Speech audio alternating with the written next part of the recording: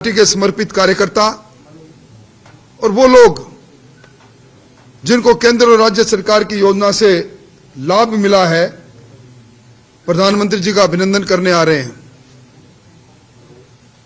राजस्थान के दूरस्थ इलाके से लेकर राजधानी जयपुर तक सब जगह से इस सम्मेलन में लोग आ रहे हैं। इस सम्मेलन की खूबसूरती ये रहेगी कि हमेशा आपने देखा होगा ईआरसीपी जब मूर्त रूप ले रही थी मध्य प्रदेश के अंदर, उस समय तत्कालीन समय में कांग्रेस सरकार के मुख्यमंत्री विरोध कर रहे थे। पहली बार इस 17 तारीख के कार्यक्रम में मध्य प्रदेश और राजस्थान प्रधानमंत्री जी की उपस्थिति के अंदर ये जो संशोधित पार्वती कालीसिंग चंबल लिंक परियोजना, जिसको हम एकीकृत ईआरसीपी कह सकते हैं, जिसमें राजस्थान के लिए ये जीवनदायिनी होगी। 21 जिलों में पीने का पानी और 2,52,000 के लगभग इसके अंदर सिंचित क्षेत्र होगा। और खूबसूरती इसमें है कि इस योजना को राष्ट्रीय परियोजना का दर्जा मिले, इस दृष्टि से भी राजस्थान सरकार आगे बढ़ चुकी है। 94,000 करोड़ की स्वीकृतियां जारी हो चुकी।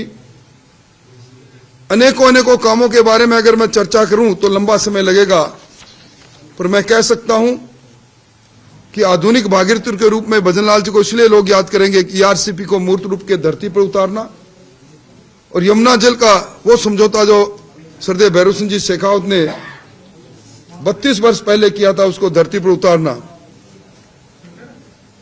मैं कह सकता हूं कि राजस्थान अब बदलता हुआ राजस्थान विकसित राज्यों की श्रेणी में खड़ा हो जाएगा। मुख्य रूप से प्रधानमंत्री जी का आगमन इस राजस्थान को नई सौगात और नई देखेंगे। इसलिए अगर दोनों सरकार की तुलना करोगे तो उस समय भ्रष्टाचार की गूंज हुआ करती थी, यहाँ पारदर्शिता की गूंज है। उसमें पेपर माफियों पर सरकार का वर्चस्व था, यहाँ पेपर माफिया जेल में बैठे हैं। उस समय सरकार ने जो घोषणाएं की उनका बजटीय प्रावधान नहीं किया था। अब सरकार ने जो घोषणाएं की है उनका सबका बजटीय प्रावधान होगा। और आप देखेंगे 17 तारीख को भूतो न भविष्यति है, इतनी आधारभूत संरचनाओं की स्वीकृति, उनका लोकार्पण और उनका शिलान्यास, ये इतनी बड़ी संख्या में होंगे कि आप खुद देखेंगे कि राजस्थान तेज गति से आगे जा रहा है। राजस्थान के अंदर इंफ्रास्ट्रक्चर बढ़े, इसके लिए पहली बार कैपिटल एक्सपेंडिचर में 65% का बढ़ोतरी करना दिखा रहा है कि राजस्थान अब निवेश का अनुकूल वातावरण बनने के लिए सारी आधारभूत संरचनाओं को अपने में समाहित करेगा। मुख्यमंत्री की सुरक्षा में किस तरीके से देखते हैं? उपराष्ट्रपति के काफिले के अंदर सिलेंडर से भरा रखा जाता है और कल ऐसा ही जो डिप्टी सीएम है उनके टारगेट के साथ हुआ, इसको सर आप किस तरीके से देखते हैं? देखिए, जो भी हुआ वो नहीं होना चाहिए और इस पर गंभीरता से प्रशासनिक व्यवस्थाओं में लगे लोग इसका आकलन कर रहे हैं, जांच कर रहे हैं। और मैं समझता हूं कि कोई एकाएक घटना को हम इस बात से जोड़कर नहीं दे सकते कि इसमें कोई चूक हुई है। ये दुर्घटना थी, दुर्घटना कभी भी घटित हो सकती है, पर होनी नहीं चाहिए। इसके बारे में आगे से सावचेती हो रही है। आपका सवाल है, लंबा अनुभव है आपको जयपुर का।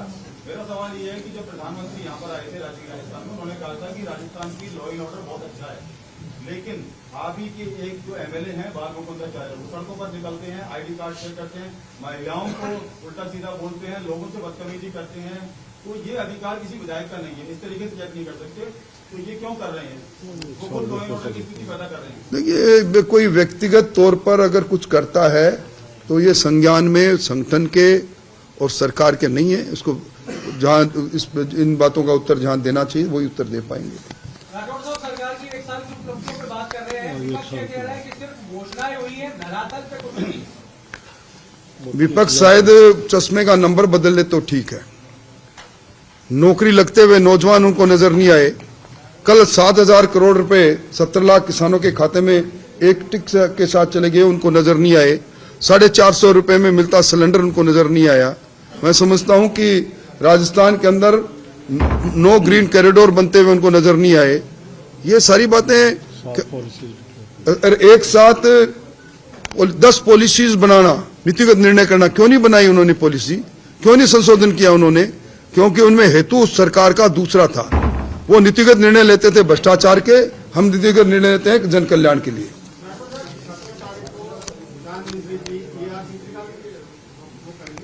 अभी हमारे प्रस्तावित कार्यक्रम में ये सारी बातें हैं। हम क्योंकि जो दोनों मुख्यमंत्री रहेंगे तो निश्चित तौर पर ईआरसीपी धरती पर आएगी। डॉक्टर साहब, प्रताप सिंह खाचरियावास कह रहे हैं कि राजस्थान में सिर्फ पार्टियां हुई है, रामबाग के होटलों में शराब करके गए। जरा उनको पुराना अपने समय का समय याद आ रहा होगा। प्रताप सिंह जी की स्मृतियों में पुरानी फिल्म चल रही है। ये खुद होटलों में कितने दिन रहे।